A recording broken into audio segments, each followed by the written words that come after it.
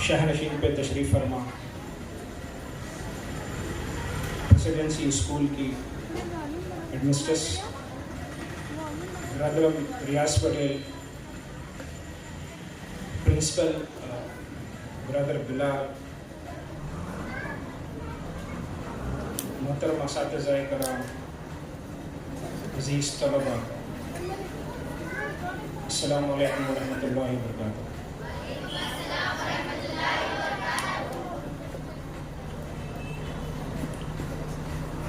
क़रीने से हवाओं में जो खुशबू घोल सकते हैं, क़रीने से जो हवाओं में खुशबू घोल सकते हैं, भी कुछ लोग बाकी हैं जो उर्दू बोल सकते हैं।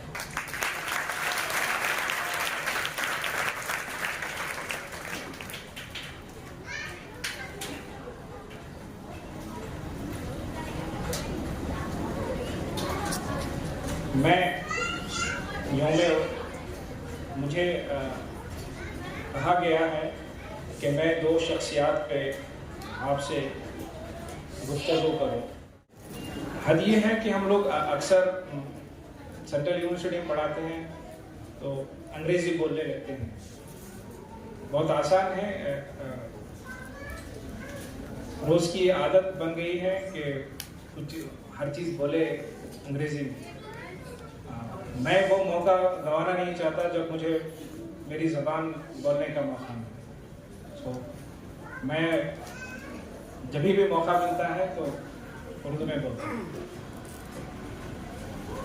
बेसिकली बुनियादी तौर पर मैं भी ऐसे ही उर्दू मीडियम का स्टूडेंट हूँ। बाद में हमारी चीज़ें जो हैं वो अंग्रेज़ी में हो गई। ठीक, तो आप लोग दो पर्सनालिटी को देख रहे हैं। मैं कुछ चीज़ें आपके सामने बता के अपनी जगह लूँगा। मैं अभी इतना बड़ा नहीं हुआ हूँ कि आपके लेवल को पहुँच जाए। मुझे काफ़ी वक्त लगेगा आपके लेवल पे पहुँचने के लिए, लेकिन आपके टीचर बहुत बड़े हैं कि आपके लेवल पे। मैं अभी मुश्किल है मुझे आप लोगों से बात करनी। मैं आपसे बात वैसे अंदाज में नहीं कर सकता जैसे आपके टीचर कर सकते। मुझे काफ़ी टाइम लगेगा आप लोगों के लेवल पर पहुंचने के लिए। मैं उस मामले में बड़ा छोटा हूँ। ठीक है, तो आप देख रहे थे कि दो लोगों को आपको देखना है। एक है अल्लामा इकबाल, दूसरे हैं मौलाना अबू कलाम आज़ाद। सो दोनों में अपनी अपनी मुनफरिद यूनिक चीज़ें हैं जो उनको अल्लामा इकबाल बनाई और मौलाना आज़ाद को मौलाना आज़ाद बनाई। मौलाना आज़ाद आप जानते हैं, मौलाना आज़ाद, मैं बिल्कुल छोटी चीज़ें बताता हूँ आपको मौलाना आज़ाद के बारे में। मौलाना आज़ाद के बारे में बाबाए कौम महात्मा गांधी का एक बात है। उन्होंने कहा कि अगर हमारी फौज में हमारी जो कांग्रेस है उसमें से मुल्क के लिए आखिरी खतरे खून अगर कोई शख्स लगा सकता है तो वो मौलाना आज़ाद। आखिरी दम, खम, जज्बा, खतरे खून अगर कोई शख्स लगा सकता है तो वो मौलाना आज़ाद। ये बड़ी बात है, ये तजुर्बेकार बात है।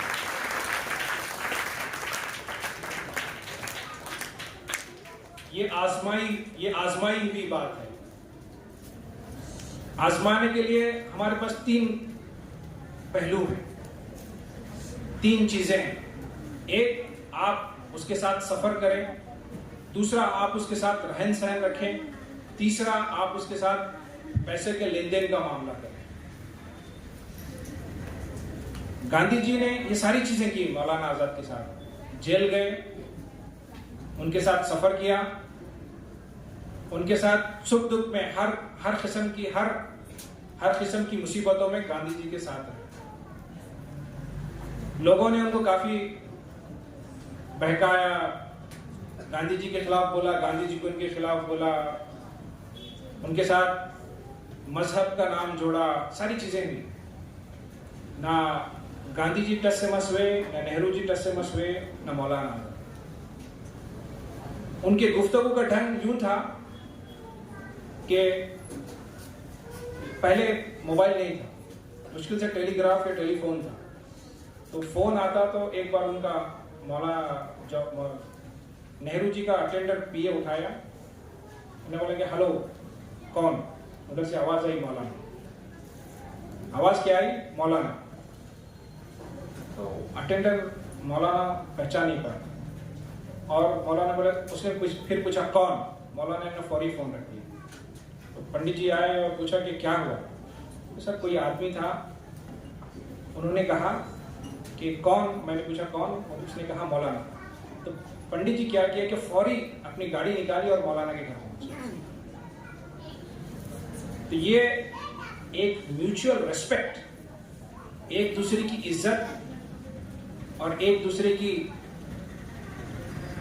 की पहचान, दोस्ती, खुलूस, ये चीजें हमको मौलाना आजाद की जिंदगी और नेहरू जी की जिंदगी से मिलती है। मौलाना आजाद बनाने में 3 चीजों का हाथ है। एक, उनकी जबान पे पक्की पकड़। फिर दूसरी, उनकी सलाहियत।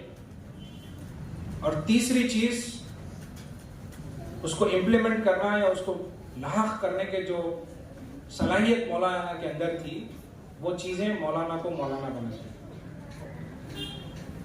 ये बिल्कुल रिसर्च का पहलू है। मैंने इसीलिए कहा कि आप थोड़ा सा, मैं आपको पढ़ा नहीं सकता क्योंकि मेरे अंदर वो सलाहियत नहीं है। स्किल, मौलाना की जो जबान थी, आपको अरबी, उर्दू, फारसी, अंग्रेजी और बंगाली पे उबूर हासिल।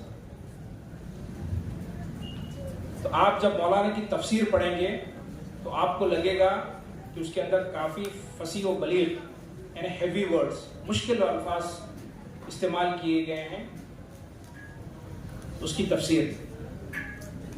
तो ये वो वजह थी, जब मौलाना अंग्रेजों से बात करते हैं तो एक ट्रांसलेटर लगता है। हालांकि मौलाना को अपनी ज़बान की जो इज्जत थी वो बहुत प्यारी थी, तो मौलाना को अंग्रेजी आती थी। मौलाना उसके साथ ट्रांसलेटर करके बोलते हैं कि अंग्रेज जो भी बोलते हैं तो फिर ट्रांसलेटर करके बताता, लेकिन मौलाना उसका जवाब बिल्कुल उर्दू में देते, फिर ट्रांसलेटर। मौलाना को एक इत्तेफाक ऐसा हुआ कि अंग्रेजों ने कुछ अनाप शनाप बोल दिया, मौलाना ने फौरी उसका जवाब उर्दू में दिया और ट्रांसलेटर को बताया। तो जब अंग्रेज को समझ में आ गया इसको अंग्रेजी आती है लेकिन ये बोलना नहीं चाहता, फिर पूछा गया क्या है, मौलाना आपको अंग्रेजी आती है। तो उन्होंने कहा कि तुम अपनी मादरी जबान में बात कर सकते हो और दूसरों को मजबूर कर सकते हो कि वो जबान सीखें, तो मैं क्यों अपनी जबान में बात ना करूं और तुमको मजबूर ना करूं, वो समझ नहीं। तो जैसे तुम ट्रांसलेटर रखना जानते हो, मैं भी तो ये वो मोहब्बत थी जो मौलाना की अपनी जबान उर्दू से, ये वो मोहब्बत का एक दर्जा है। फिर दूसरा, आज जो हम बात करते हैं कि हुनर की, स्किल, आज जो बात करते हैं हुनर की, जब हमारा देश आज़ाद हुआ तो हमारे पास, उससे पहले एक चीज़ बताता हूँ कि हमारे पास, हम लोग बार बार ये कहते हैं कि हमारा देश ज़राअत पज़ीर, एग्रीकल्चर कंट्री है, कृषि प्रधान कंट्री है। तो इकोनॉमिक या जो इकोनॉमिक पढ़ते हैं, जानते हैं, तो उनसे पूछिए कि अगर सिर्फ हमारा मुल्क ज़राअत पज़ीर होता तो तरक्की नहीं करता। हमारे मुल्क में इंडस्ट्रीज, सनतकारी जिसको कहते हैं, सनतकारी इंडस्ट्रीज बहुत ज़्यादा थी, तो एग्रीकल्चर पे डिपेंडेंसी हमारी नहीं थी। हमारे साथ हमारे पास इंडस्ट्री भी थी। तो इसीलिए हम जब सोशल साइंस में, समाजी तालीम में पढ़ते हैं अंग्रेज़ों के हमारे ऊपर असरात, तो उसमें हम एक चीज़ पढ़ते हैं कि डी इंडस्ट्रियलाइजेशन, यानी हमारी सनतकारी को किस तरह से उन्होंने ख़त्म किया, हमारी सनतकारी को उन्होंने किस तरह से ख़त्म किया, हमारे फ़न को अंग्रेज़ों ने किस तरह से ख़त्म किया, हमारी सलाहियतों को अंग्रेज़ों ने किस तरह से ख़त्म किया। ख़त्म करके 1 सदी के बाद फिर से आपको 150 साल के बाद उन्होंने 150 साल तक लगातार हमारे फन को, हमारे इंडस्ट्रीज को, हमारी स्किल को, सारी चीज़ों को तबाह कर दिया, कोशिश की और पूरी तरह से तबाह किया। तो उन्होंने हमको जीरो पे लाके, सिफर पे लाके ठहरा किया। सिफर पे लाके ठहरने के बाद जब हमारा मुल्क आज़ाद हुआ तो मौलाना की जिम्मेदारी बनती है, मौलाना ने जिम्मेदारी उठाई कि हिंदुस्तान को वापस वही हुनर दिया जाए, वही स्किल दी जाए जो हिंदुस्तान पहले से रखता था, हमारा मुल्क पहले से रखता था, हमारे मुल्क के लोग जो पहले से हुनर रखते थे, और ताकि हम दुनिया में शाना बशाना, शोल्डर टू शोल्डर ठहर के दूसरों की आंख, दूसरे मुल्क की आंख में आंख डाल के बात कर सकें। वो चीज़ मौलाना ने ठान ली कि मैं वो हमारे मुल्क को दूंगा। तो पहली चीज़ मौलाना ने जो बताई, जैसे कि हम जानते हैं कि हमारा मुल्क एग्रीकल्चर यानी ज़राअत पजीर मुल्क है, कृषि प्रधान देश है। तो उन्होंने क्या किया कि agriculture college, agriculture universities Hindustan में इस्टेब्लिश की, ताकि उसके ज़रिए हमारे एग्रीकल्चर को, हमारी ज़राअत को बढ़ावा मिल सके। उसके अंदर नई नई साइंटिफिक तरीके से, साइंसी तरीके से उसकी बोयाई हो, उसकी सिंचाई हो, उसके अंदर उसको ज़राअत में आगे बढ़ाया जाए, ताकि हमको दूसरे ममालिक से कोई अनाज लाना ना पड़े। ये पहला विजन जो आज हम ग्रीन रेवोल्यूशन की बात करते हैं, वो ग्रीन रेवोल्यूशन का जो बीज मौलाना ने बोया था, वो आज हम उसको देखते हैं कि हम अपने खाने पीने की चीज़ों में सेल्फ सफिशिएंट हो गए हैं, हम दूसरों को देते हैं। जैसे कि आप देखते हैं आज हम चावल दूसरों को बांट रहे हैं, हमारे मुल्क का चावल दूसरे लोग खा रहे हैं, हमारे मुल्क की कई चीज़ें दूसरे लोगों को जा रही हैं।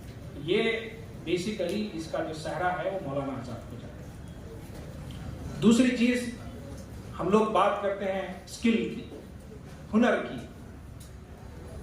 इंडस्ट्री की, तो उसके लिए हमको ट्रेनिंग चाहिए, तरबियत चाहिए।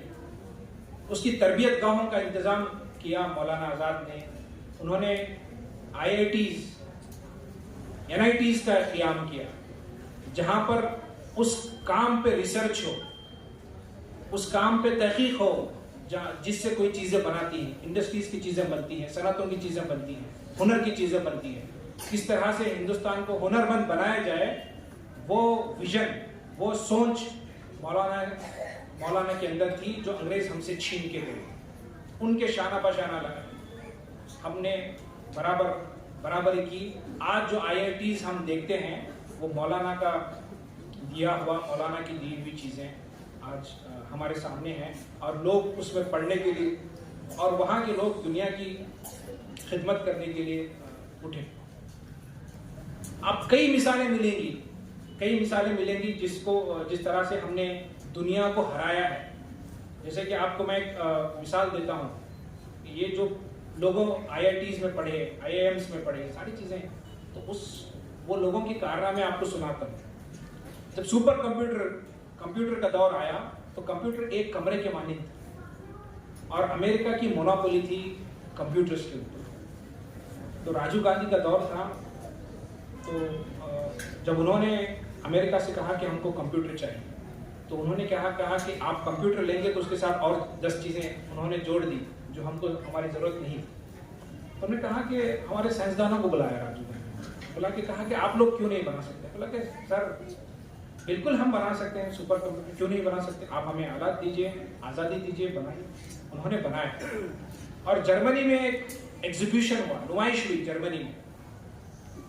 हमने अमेरिका के कंप्यूटरों को बीट किया, हिंदुस्तानियों ने, इंडियंस ने अमेरिका के कंप्यूटर को, सुपर कंप्यूटर को बीट किया।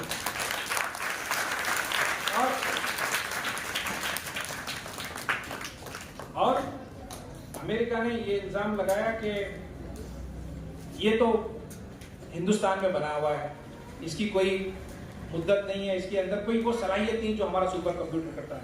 तो उसी टाइम टेस्ट कराया गया, और अमेरिका का कंप्यूटर हमारे कंप्यूटर से पीछे नहीं था, और हमारा कंप्यूटर से तेज नहीं था।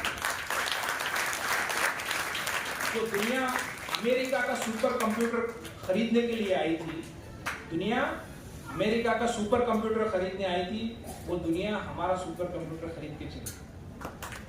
तो ये जो चीज़ें हैं, एजुकेशन, एक एजुकेशन मिनिस्टर जिसके पास विजन हो, जिसके पास दूर की सोच हो, वो ये काम कर सकता है। ये काम आसान नहीं। पिछले 50 सालों में जो काम हुआ है वो जाकर आज, जब राजीव गांधी ने बताया कि 2000 में हमारे बच्चे कंप्यूटर से खेलेंगे, आप देखिए कि हमारे पास बड़ी बड़ी सिलिकॉन सिटी बन गई। कि अमेरिका भी खुद कहता है कि जॉर्ज बुश एक तकरीब में कहा था कि your competition is with Bangalori people. No, you cannot compete with the other, but you have your competition with the people in the Bangalore. उसने कहा कि अगर आपको कॉम्पीट करना है अगले दौर में, तो तुम्हारा कंपटीशन बैंगलोर के लोगों से हो। तो आज उसकी बात सच साबित होती है कि दुनिया के हर में, हर मुकाम पे जब कंप्यूटर का नाम आता है तो हमारे लोग, हर कंपनी के CEO या उसके जो बड़े अहदेदार हैं वो इंडियंस हैं, वो कंप्यूटर के माहिरीन। तो ये जो चीज़ें आज हम देख रहे हैं वो एक दिन 2 दिन की नहीं है।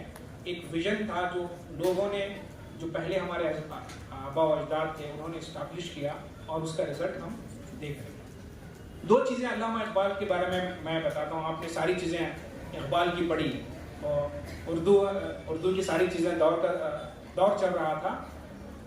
तो मैं बताता हूँ कि ऐसे ही है हमारा जो प्रोनाउंसिएशन है, अल्फाज की तलफ़ुज़ की अदायगी है। हाँ, हालांकि हम लोग उर्दू हैं, सुबह से शाम तक उर्दू बोलते हैं, लेकिन हमारे अंदर भी वो खामी है और कमी महसूस होती है। मैं आपको एक दिलीप कुमार का वाक़या सुना। दिलीप कुमार मालूम है क्या? नहीं मालूम। दिलीप कुमार छोटे बच्चे हैं, भी नहीं मालूम। एक फिल्म स्टार हुआ करते थे, कभी उसने एडवर्टाइज नहीं किया। अरे फिल्म स्टार एडवर्टाइज करता है ना, देखा ना, शाहरुख खान एडवर्टाइज करता है ना, ऐड करता है शाहरुख खान। हाँ, ठीक है। तो कई फिल्म स्टार थे जो अपने एथिक्स में, एथिक्स कहते हैं क्या अपने नस्ब ज़ब्त के पाबंद हैं। वो कोई गैर ज़रूरी चीज़ नहीं करते जिससे अवामुन नास को नुकसान, ऐसी कोई तशरीहात वो लोग नहीं करते। तो उसमें दिलीप कुमार का एक नाम है, उनका असल नाम यूसुफ खान है। तो एक बार उन्होंने कहा कि वो फिल्म में लता मंगेशकर उनके गाना गा रहे थे।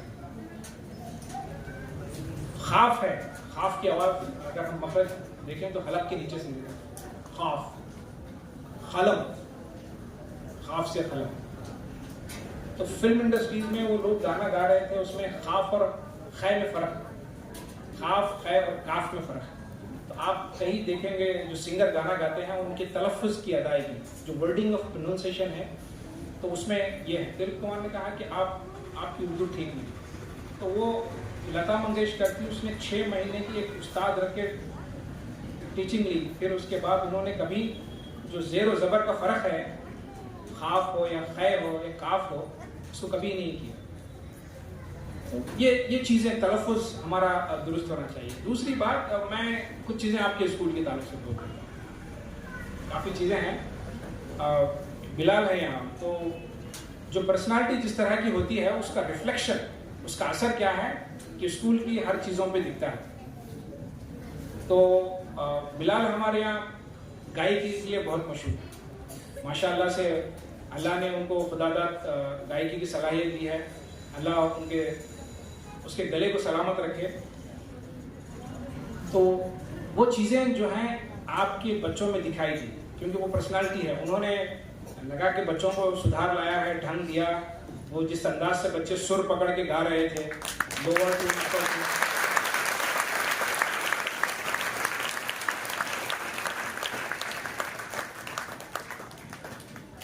तो ये जो चाशनी है ये उर्दू मीडियम की है, जो बेस उर्दू से बना है। ये उर्दू मीडियम की चाशनी है कि आप उर्दू बोल रहे हैं, समझ पा रहे हैं, गज़ल बोल रहे हैं और वो चीज़ों की अक्कासी कर रहे हैं जो आपने बचपन में देखी। वो जगजीत सिंह की बड़ी प्यारी गज़ल थी, वो कागज़ की कश्ती, वो बारिश का पानी। अक्सर आप लोगों को वो मुयस्सर नहीं है। कुछ लोगों को, आपके टीचर लोगों को कोई चीज़ मुयस्सर आई होगी, लेकिन आपकी चीज़ों में आपका जो मोबाइल है हर चीज़ को खा गया। ऐसे ही मोबाइल नहीं बना, वो हर चीज़ को खा के मोबाइल। तो वो बचपन जो है वो आपसे छीन लिया,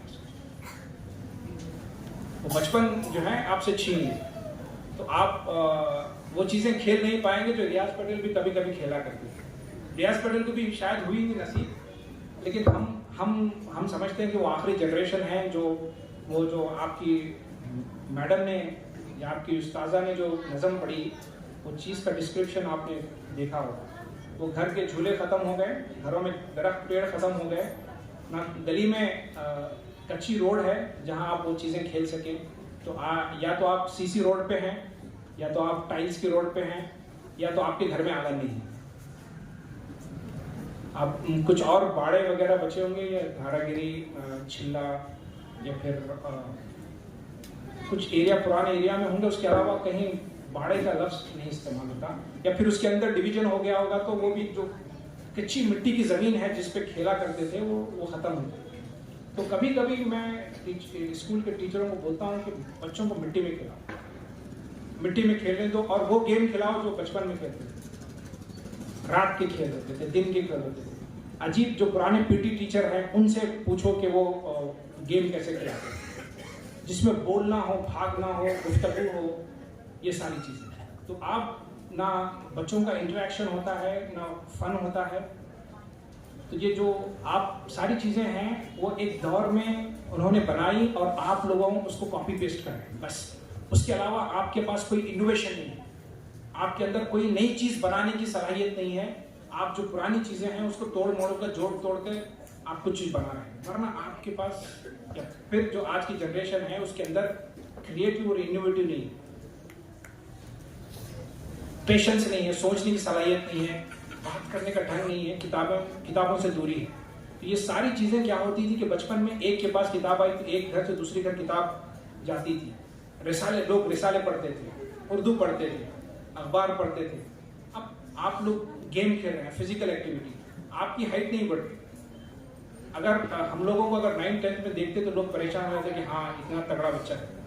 तो 9th-10th के बच्चे पीछे देख रहा हूँ कि उनके अंदर कोई फिजिक ही नहीं है, बिल्कुल दुबले पतले हैं, और ये बच्चे तो लग नहीं रहे हैं कि ये कोई है। तो आपको चाहिए कि असर से मगरिब का स्कूल के पास का टाइम मस्त खेल, आराम से खेल, फुल खेल, मोबाइल छोड़ के खेल। आप बड़े होंगे, उसके अंदर आपका बॉडी ग्रोथ होगी, सारी चीज़ें होंगी। मेरा टॉपिक और है, लेकिन मैं कुछ चीज़ें आपको बता देता हूँ। ये चीज़ें आप मिस करें, ये जो दौर है उसको एंजॉय कीजिए। स्कूल का जो पीरियड है उसमें पूरी मौज मस्ती कीजिए, पूरी तरह से पढ़िए। और आपके टीचर को बताइए, मैं मैनेजमेंट रियाज पटेल और बिलाल को बोलता हूँ कि ग्राउंड में ले जाए, हफ्ते में एक बार खेल खिलाएं, अजीब व गरीब जो बचपन में खेल खेला करते वो खेल बताएं और उनको एंजॉय कराएं। तो आप सीताफल की बीज वगैरह है, या फिर आम की कोई है, या फिर यहाँ से हम लोग यहाँ पहले चूड़ियों की दुकानें हुआ करती थी रहने पे, तो उसके बाहर ये बिल्कुल आपका जो कॉम्प्लेक्स है यहाँ चूड़ियों की दुकान होती है, उसके सामने भी चूड़ियों की दुकान होता है। तो हम लोग क्या करते थे कि वो जो बारीक चूड़ियाँ होती थी उसको उठा के इसमें गड़े खोदते थे, उसके अंदर लगाते थे और पूछते कि ये इसमें कौन सी चूड़ी। ये जो चीज़ें थी ये वो नज़म में बताई गई। ये सब खेल ख़त्म हो गए, ये सब खेल ख़त्म हो गए, लेकिन ये खेलों में मोहब्बत थी, ये खेलों में इंटरेक्शन था, एक दूसरे से गुफ्तगू थी, एक दूसरे को किस तरह से वेलकम किया जाता है, एक दूसरे की खुशामद किस तरह से की जाती है, एक दूसरे से अदब से किस तरह से पेश आया जाता है, तो मेहमान किस तरह से आते हैं, लोगों से कारोबार किस तरह से किया जाता है। ये सारी चीज़ें आपको उसी में सिखाई जाती थी। पहले नानी दादी कहानियाँ बोला करती थी, ना नानी है ना दादी है। एक इश्तिहार मैं आपको बताता हूँ, एक इश्तिहार की बात बता के मैं अपनी बात ख़त्म करता हूँ कि क्या हो गया, ये दौर किस तरह चेंज हो गया है। एक बाप के पास एक बेटा और एक बेटी, वो इश्तिहार देता है कि उसको चाहिए, उसके बेटी के लिए घर दामाद चाहिए और उसके बेटे के लिए भी घर जमाई चाहिए। यानी बेटा, जो बेटी की शादी हो वो दामाद मेरे घर में आके रहे, और जो मेरे बेटे की शादी हो वो जाके अपने ससुराल में रहे। तो उसकी वजह ये पूछता है, ये पूरे ग्लोब, ये कल्याणी का सिनेरियो नहीं बना रहा हूँ, आप चाइना में जाइए, अफगानिस्तान में, ईरान में, अमेरिका में, anywhere you roam around the world, कि हम लोग बात करते रहते हैं। तो ये सब चीज़ों के पास सबके पास मिलती है।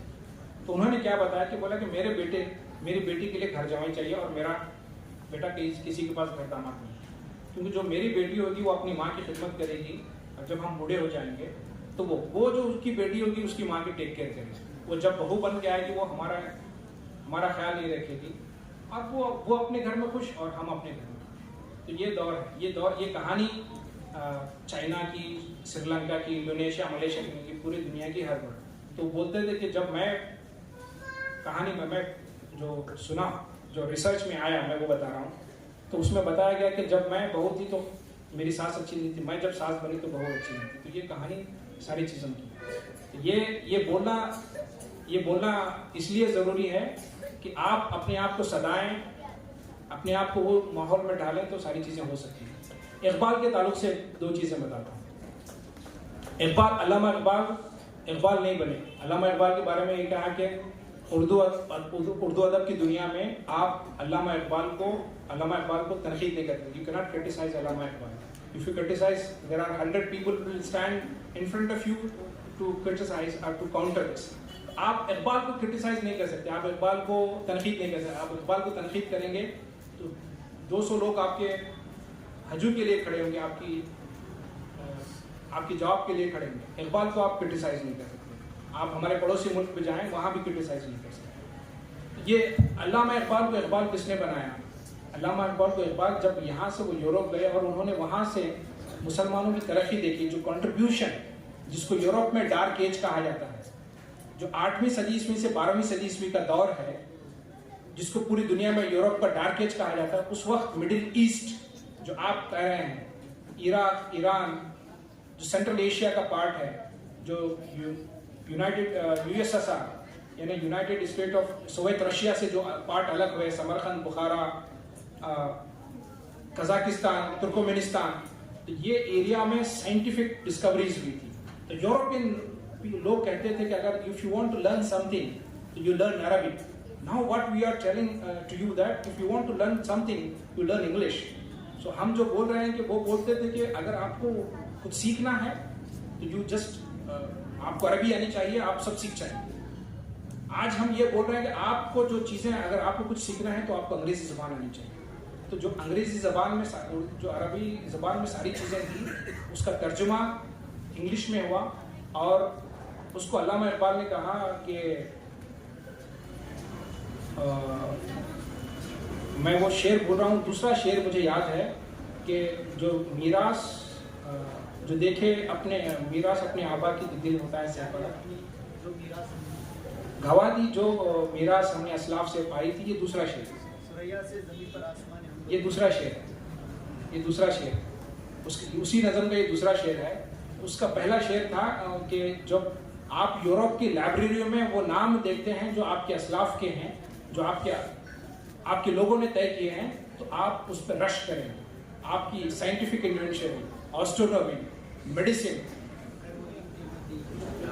मगर वो इनके मोती किताबें अपनी आबा की जो देखे उनको यूरोप में तो दिल होता है से पारा। तो ये चीज़ें अल्लामा इकबाल ने कही थी। तो उन्होंने फ़लस्तीन के इशू पे एक बात कही थी।